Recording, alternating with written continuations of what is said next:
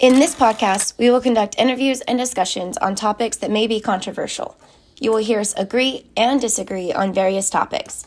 Please note that we all respect each other's differing opinions and enjoy learning different mindsets. Here we will openly speak our truths without fear of being judged. The topics we choose to discuss are meant to bring to light knowledge that is known by some and will be beneficial for others to learn so that they can have a better understanding of those around them.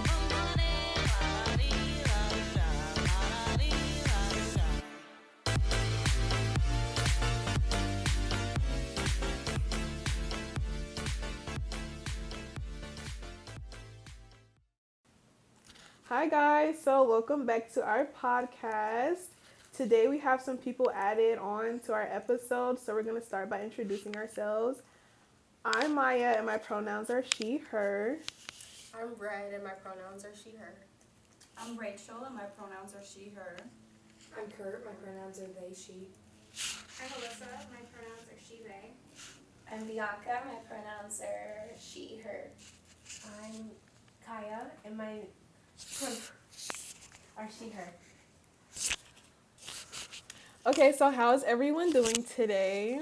How are we feeling? Y'all ready for the conversation that we're going to get into? Yeah? Okay. So first we're going to start out with the whole idea behind starting this podcast and the reason why we wanted to initiate creating a platform for women and educators to speak. So Kurt came up with the great idea of naming our podcast Breaking the Iceberg. So Kurt, what made you want to take that name and make it such a big thing for our podcast? So we had learned that the iceberg model is a systems thinking tool that can be used to understand underlying causes of a problem or event. So there are more things than what is to the eye, and it is very important to break down the so-called iceberg so you can understand what other people are going through, what you're going through, and what are the issues beneath what is at surface level. I definitely agree. That sounds like a great thing. I like the idea of getting to the bottom of things and not just looking at it from what's in the surface. That's why we like to create conversations and talk about it and get different perspectives. So I love that. Beautiful. Yes. So for the first episode, we talked about the tutoring situation because Bianca shared her story about how you were like tutoring and then your teacher like helped you. What was it again? So I wasn't doing well in class, so I went to tutoring and I was the only one, and she kept showing up for just me. Really helped me succeed in the class, so I was able to pass tests with ease because she would go over everything that needed to be covered, and then I ended up having classmates join me after they saw how well I did. Yes, so that initiated everyone to come follow you and also get that learning grade. So that's what led us into the next question that we had that Red came up with. The question is, why is there a stigma against tutoring and why is it considered a bad thing? Red, what do you think about that? I asked that question because we see children as intellectuals, as their own selves, and they visualize everyone else in their environment and see how they interact with others. Whereas when they have to go into tutoring, there's a sort of stigma that's placed on tutoring and how you're not smart enough, so you have to go to tutoring and whatever. Yeah. But why do we place that stigma on there? Why do we... Can I say something? I remember I said on the last episode, like, I felt like I was just dumb for going to tutoring. I felt like tutoring is for dumb people, and why don't you understand it? And during class time, why do you need extra help? So that's why I was so against going to tutoring. My mom would try to like hire people to come to her house or get me to stay after school, and I just hated the whole idea of me having a tutor because I thought I just wasn't learning fast enough like everyone else, and I thought I was just simply like dumb for having a tutor. So I was just against it for a long time. So I think that's why there is like that thing there with tutoring. But now it's like I'm open to it. But what can we do to make children, our students, more comfortable with being open to getting a tutor or to learning? For me, I think because children like to follow trends and what other peers do, and they like to follow each other. So if we make it like a trend to quote unquote be smart, and like how Bianca. Everybody's seen how well she was doing in school, so they were like, yeah, let me get on top of tutoring. This is something that I'm interested created a in. trend. So, exactly. So with that being said, I feel like we should make sure that students see it as a good thing and not a bad thing, so that way they want to continue going to tutoring more, because it's only to help you. It's only to make you better and stronger. Yeah, and it's good to make, like, the students feel comfortable with doing it. I don't know, like, I can't really remember, like, does anyone remember, like, when their teacher would ask them, like, tell them, well, I don't know if y'all ever had that situation, but has a teacher ever came up to you and like, said, hey, maybe you should try tutoring if you're not understanding the material? Has that ever happened with y'all? No? So maybe I had one during math. I'm horrible. It was math for me too. Yeah. Like, my teacher would be like, maybe you should stay after and I can help you on the work or something like that. Yeah. But the thought of me being the only one that, sorry. No, go ahead, finish your thought. Okay. The thought of me being the only one to stay behind just made me feel like I was the only one that just wouldn't get it. And that's what made me not want to do it, because why am I the only one staying after for this tutoring? Yeah, and what would be worse is if they would do it, like, in front of everyone. Like, Oh my calling you out, gosh, like, yes. hey, maybe you should stay for extra help. Like, you really need help. It would just Like, be horrible. you're failing the class right now. Like, please, let me help you. But yes. So with my school, the way it works, if you got under a certain grade on something or you didn't turn something in, during your lunchtime, because we had an hour lunch period, for half of it, you'd be sent to, like, this little room, and you could get help there, or you could complete your extra work, and you would continually, every single day, be sent there for half your lunch period to complete your assignment until it was done, or, like, whatever remediation activity it was. Hated it. I hated it so bad because, I mean, it didn't really help me, Yeah. because I was, like, forced into it. It wasn't, like, a voluntary thing, Yeah. so I just kind of, like, And it kind of felt like punishment. Like, I'm Literally, losing yeah. out on lunch right now. Like, I Yeah. should be eating. It And definitely felt like punishment. yes, Red. For me, tutoring was a necessity. My mom, she would put me into tutoring all the time. She would find me a different tutor for whatever subject I was struggling in at the time, which was, like, mostly French and math and English or whatever the sort may be. Okay, French. So, Canada. Right? I see the roots. it was cold. Represent. They said, like, for me, tutoring was such a normal thing, but it wasn't necessarily a stigma until I realized that nobody else had to do that. And then, for me, what bothered me about those tutoring is, like, these programs, like Kumon and stuff like that, they have extra homework on top of the homework that you already have for school. And that's so now you're just swamped with more homework, and you're not a kid anymore. You're just stuck to the books. And that's what I didn't like about tutoring. Well, and I will say that in high school, especially when I started to do poorly, tutors wasn't even anything that was ever recommended to me or my parents. They just took me out of the classes and put me on what was called, like, a track to graduate, where I would be in, not dumb classes, because that's not nice to say, but, like, you know, classes that could have been, that, like, were very below my actual level of understanding, because I wasn't applying myself and because there were other things going on. And it was a very, like, left behind moment where I wasn't being challenged or learning anything new. And it was just very, like, well, we just need you to graduate. That's all we care about. That's all I need you to do. Yeah. Just one job. I did do tutoring also for math. Why was math so hard for all of us? It's just so difficult for no reason. Literally. Why is it letters included? Anyway, Sorry to cut you off. it was originally for my brother. That was pretty good. Anyway, it was for my brother, but then he was gone, and then I came in, and it was like Miss Aguilar. And she had snacks, so I always wanted to keep coming back to her. She was so sweet. She, like, would stay back extra for us, and it was like a one-on-one kind of thing. And obviously I would feel nervous, like, telling other people, because I'm in elementary school. I don't want to be like, oh yeah, this is hard. Right. 2 minutes too. But I don't know, like, having her there and comforting me with the snacks and, like, being very, like, I don't know, I guess motherly in a way. Yeah. It was nice to have that kind of comfort. That's what I was thinking, is that, like, to get kids into tutoring, what incentives? Like, I know there's, like, all this, like, back and forth about whether or not, like, rewards are good or bad, but the incentives clearly worked for you. Like, whether it be, like, bringing snacks to tutoring or giving them an extra few points that they can add on whatever they need to. Just something to get them in and show that, like, it's cool to learn. It's, like, you're not dumb for going to tutoring, because I feel like a lot of, like, movies, TV shows, that's where we get the idea that you're dumb if you go to tutoring, because they're showing the, like, quote, dumb kids getting tutoring. But, like, yeah, like, say you have a 90 but you want a 100, like, you can still go to tutoring, like, you don't have to be failing to go to tutoring. Like, you might as well just learn all that you can so that it's easy and you don't have to, like, work so hard at everything. And it's the way you go about it too, like for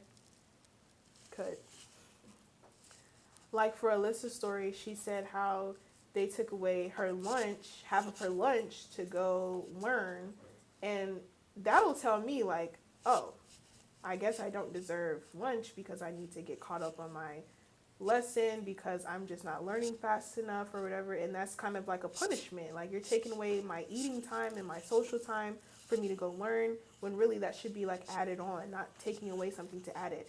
And not necessarily because you're failing the class, maybe you're about to fail the class, but why are they putting it into it like that, as if you don't deserve all your lunchtime? You should be learning or studying or doing whatever. It's more like a punishment rather than helping. Yeah, like, to me that seems like a punishment. I'd rather just stay after school but not miss out on lunchtime, because then my friends are like, oh, where do you go during that time? And then I have to say, well, I go to tutoring.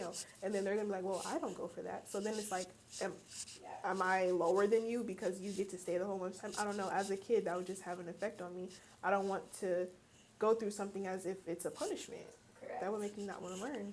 Because then it's not a choice, so you're not really gonna work hard at it if you're feeling like you're being punished. Like, an hour lunch is a long time, but, like, students are in school, like, from first up to the end, like, constant, like, class to class, sit down, shut up, like, get things done. Like, having that hour of lunchtime, like, should be, like, chill time, be social, relax your brain, get your wiggles out. Like, it shouldn't be, like, forced into things. Yeah. I'm sorry that happened to you.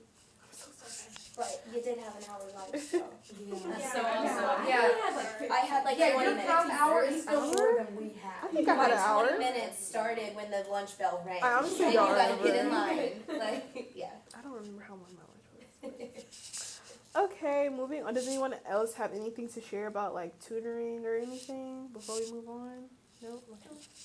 All right, so the next topic we're going to get into is the stigmas around different issues that students go through in school, and if the difference between your gender makes the stigmas different that you go through. Basically, as a girl going through school, do we go through different things, or do you feel like we go through different things than being a boy going through school, becoming a man, and a girl becoming a woman? And that was Kurt's. I spent like 3 hours talking about that. That's like, I don't write a book about that. Like,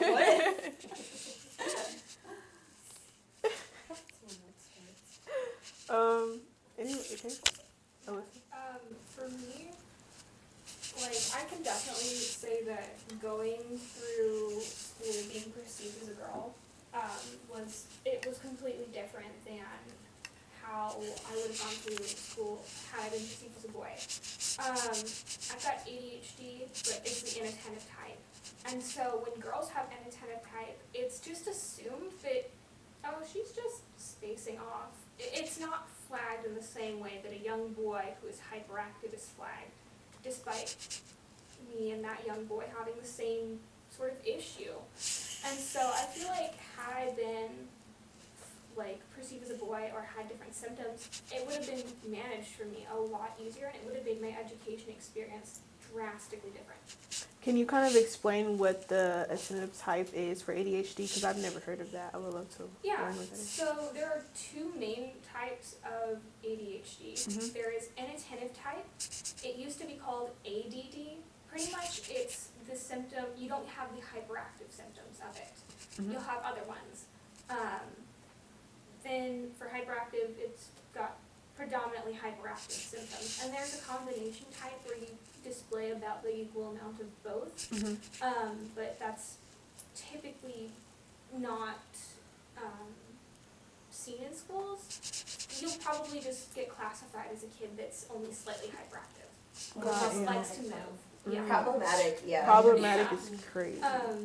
But yeah, that's pretty much the difference between them. Okay, I understand now.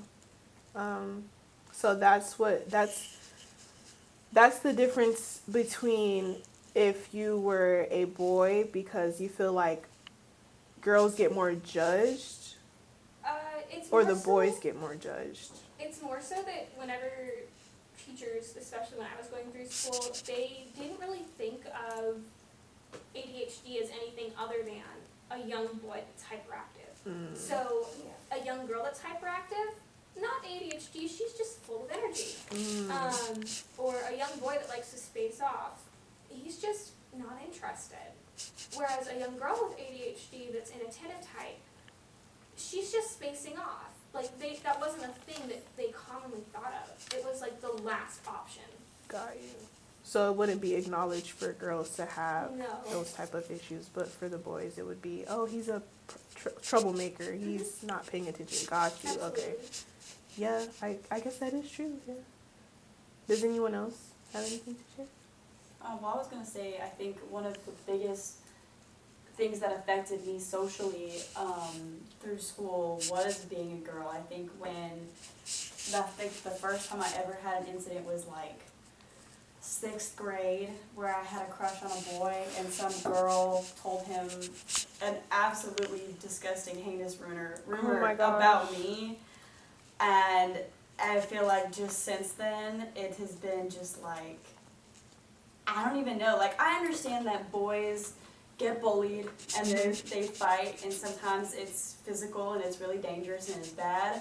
But I feel like the emotional manipulation and lies and just like the mind games that happen between girls in school is so harmful and scary. And I think, in high school I reached a point where I was like basically having a nervous breakdown because it was like, I knew what was going on, but I had all of these girls being like, that's not what's going on, you're crazy, just like gaslighting the crap out of so hard, and that was just not making sense to me, and it's just difficult. I feel like it's very difficult, especially when you have a home environment that does not prepare you to set boundaries, and when to analyze when you are not being treated the way you want to be treated, and how to remove yourself from situations. I think it makes it very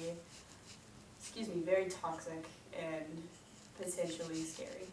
I remember at a point in school, I kind of felt like I was just alone because, the things that I would go through in school, like just being exposed to the world and what other kids do at home, like I wasn't comfortable with going home and telling my mom about, like, do you guys like going through school, like when you get home, your parents are like, oh, how was school? You just say, good. Oh, yeah. But it could have been a crazy day. Like there could have been a fight. I could have been in the fight.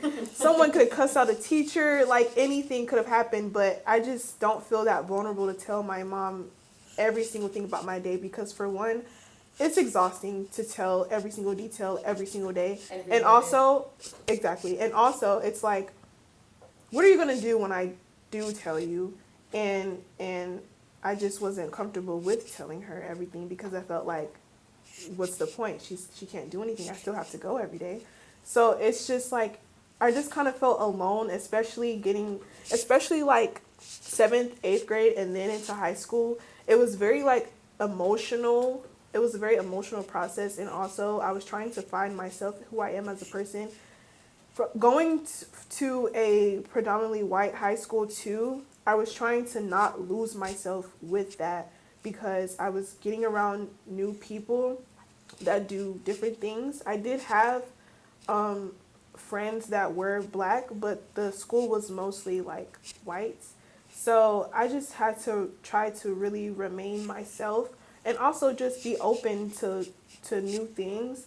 But I just kind of felt alone in a way because I didn't really get to go to my family with like emotional things that I was going through with school, with boys, drama, anything like that. Because all my mom could say is, what, like, well, just try to stay out of it or go talk to your counselor. If I tell my counselor I want to kill myself, she's going to call the cops. So who do I really go to? But yeah, it's just, I don't know. I can't really speak for a guy because I don't know, but I feel like for me as a girl, it's just a very emotional thing to go through, and I felt like I didn't have anyone in my family to really talk about things with. But yeah, Red.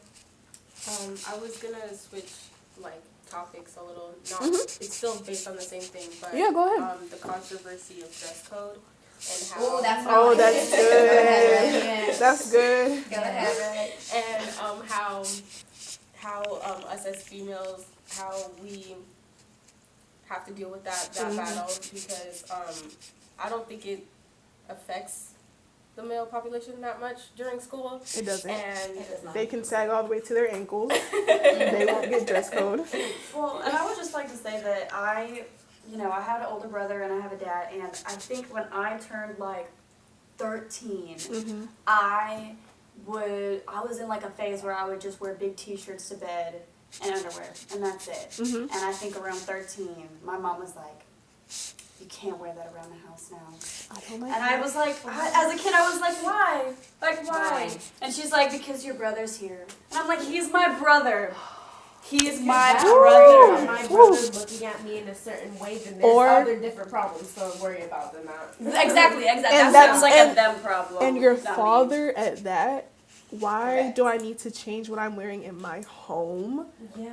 And to bed. It's not like it's not like you're walking around the house. You're going to bed. Say if you go to the restroom in the middle of the night, you're gonna put on shorts like really quick or whatever. It's your home. You should feel comfortable there. You should not have to dress any kind of way around your family. That's your home. Correct. And I just feel like that really set the tone moving forward into any type of Feeling like you can't. situation, Yes. just feeling like everything I wore was going to be picked apart, which was very upsetting for me because I like to express myself through clothing. And, when I get picked on for stuff, like at one point, there was a point in high school where I really liked to wear wigs because I had really short hair, but I liked really long hair, so I'd be wearing different wigs. And I remember I had a girlfriend at the time. She pulled me aside and she was like, you gotta stop wearing wigs to school. It's really embarrassing for me. What? Bye. She just don't get it. The girls that get it. The girls that don't. Yeah, I'm sorry. She was hating. She was hating, and I'm like, you cosplay. Like, you... Like, what? What are you talking about? And what's wrong with the wig? Like, I don't understand. But you see how now wearing a wig is normal and everyone wants to do it. But back then, it was, if you wear a wig, then what? You're trashy or something? If you wear Reeboks or Champion, you're broke. But now everyone's wearing it. So I don't get the cycle of it used to be bad, but now it's good. I don't get that. Sorry, go ahead. Okay. No. What frustrated me in school with the dress code was like that as women we had to dress in a way that wouldn't distract boys. That was like what really got me, is that we couldn't wear tank tops. Like we couldn't show our shoulders. Like, oh, I'm sorry, boys are gonna be distracted if they can see my shoulders. I'm sorry, they're so buff. But my arms are better than yours. Right? Sorry. Jealousy. And then like the fact that at my high school, girls could not wear shorts unless they were right at your knee, which that pretty much just leaves baggy basketball shorts for us. Yeah. And if I wanted, like, it gets over like 90 degrees in the summer here, so like August, September, I want to wear shorts, but they had to be at the knees. Like it couldn't be fingertips; they had to be at the knees. But yet there were guys. Back in my day, it was a trend for guys to be wearing short shorts. So guys would have shorts like halfway up their thighs. I don't understand. And they didn't get dress coded. And it just, what really got to me was the fact that we had to dress so that guys weren't distracted. What about the fact that I'm distracted because I feel like I look like a bum in these shorts, but I was too hot to wear pants today. So now I'm distracted because I'm feeling uncomfortable in what I have to wear. Exactly. So that's. And it doesn't matter what you wear; they can still come up to you and say anything. It doesn't Just matter. the fact that you are a girl at the end of the day, they're still gonna find something. Exactly. And Yeah, it's just the focusing on not being a distraction to guys. Like, instead of showing that guys were being the problem or that they were looking at the wrong thing. I'm not saying all guys were the problem. I'm just saying that they were focusing on the fact that that could be an issue. Like, they didn't care how we felt and what we were forced to wear, but let's focus on the guys. So to me, that just showed that they cared more about guys, like, learning their education than ours, because they didn't care about our comfort. Exactly. Yeah. Kurt? And they definitely address your issue about boys being distracted and everything, and that's what part of the dress code is for. But what schools never address is the fact that it's also so male teachers do not get distracted. I was about to say that. And the male teachers would be the ones dress coding you, saying, "Oh, you can't be distracting in my class." Why are you looking Why at are you? that? Oh my gosh. Hello, please. Are y'all? What was worse was when the guy teachers would be the ones to tell you. Oh. I'm like, Ooh. what? So nasty. I have a story. Oh my gosh. This has nothing to do with dress code. It was just a wardrobe malfunction, right? And I was wearing baggy clothes. I was wearing a crop top with baggy jeans, but my zipper was down. The buckle, it was buckled, but the zipper was down. So at the end of class, we had to go turn in our papers. Mind you, this is a male professor. I went to turn in my paper, walked to the front of the room, turned in my paper, gave it to him. He's like, your fly is down. I was like, how would you even notice that? Why were you looking? How did you even notice that? And I was like, oh my gosh, I don't know if I said thank you or if I said, why are you looking? I don't know what I said, but I kind of just got very uncomfortable, and I just gave my paper and turned around, went to the bathroom and fixed it or whatever. But after that happened and I was fixing myself in the bathroom, I was like, how did you even notice that? Because when I went to fix it, it wasn't even all the way down. It was just halfway down. So it wasn't even poking out. It was just down a little bit, to the point where you don't really have to tell me it's down. No one's going to notice. But when he told me that, I just felt so uncomfortable. I was like, yeah, I'm ready to get out of this class. Luckily, it was around the end of the semester, and I was like, yeah, that was just very uncomfortable. How were you okay to tell me that? If I saw someone with their business down, I don't think I would personally ever tell them that, because I don't want them to know that I was looking. But unless you're comfortable. Unless it's one of y'all. Unless it's one of y'all, and I don't want y'all to go out and have someone see that. But if it's my student, I'm not gonna tell them that. That's just not my place. But yeah, Red. I'm sorry that happened to you. It's okay. I'm good. So now I have a question. If a male teacher were to tell a female student that say bleed out, that they were leaking, would that? How would you feel about that? Us as women, how would you feel? I think it depends on how obvious it is and what is going on, because okay, if the female student, let's say, is wearing dark jeans and it's a tiny little spot, then we have a problem. If they're wearing white pants and the whole bottom of their pants is red, or it's on the seat or something. Yes, then I think it makes sense. But I feel if you have to really look to notice it, then that's a problem. If it takes you more than a glance, to say something. So then, follow-up question: would it be appropriate for the male teacher to tell a female student that's not the student that has a period issue? I'd say tell a female teacher. Okay. Don't have because then they're still pointing out to another student Right. that Yeah. they caught it. Looking. Yeah. True. Okay. Yeah. Okay. Yeah, I would say address another professor, not another student, because you don't know how they would feel about another student noticing. Yeah. Or knowing that it got passed down, hey, Mr. So-and-so told me to tell you. Yeah, so it's now who else knows in the class? Yeah. But yeah.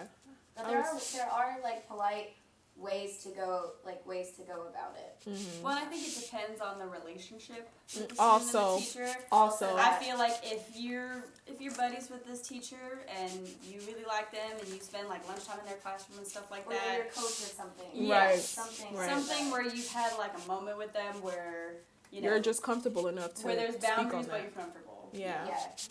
That was a good question. That was a solid question. Okay. Okay, guys, so we're going to go ahead and wrap this second episode up, but we can't leave you guys with anything.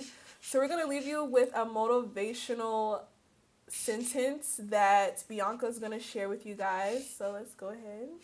So for today, I want you guys to focus on Not so much as how others are treating you, but how you're treating others. So manifest the things that you want. So focus on how you're treating others, how your word comes off, how your tone is, how you're looking at them.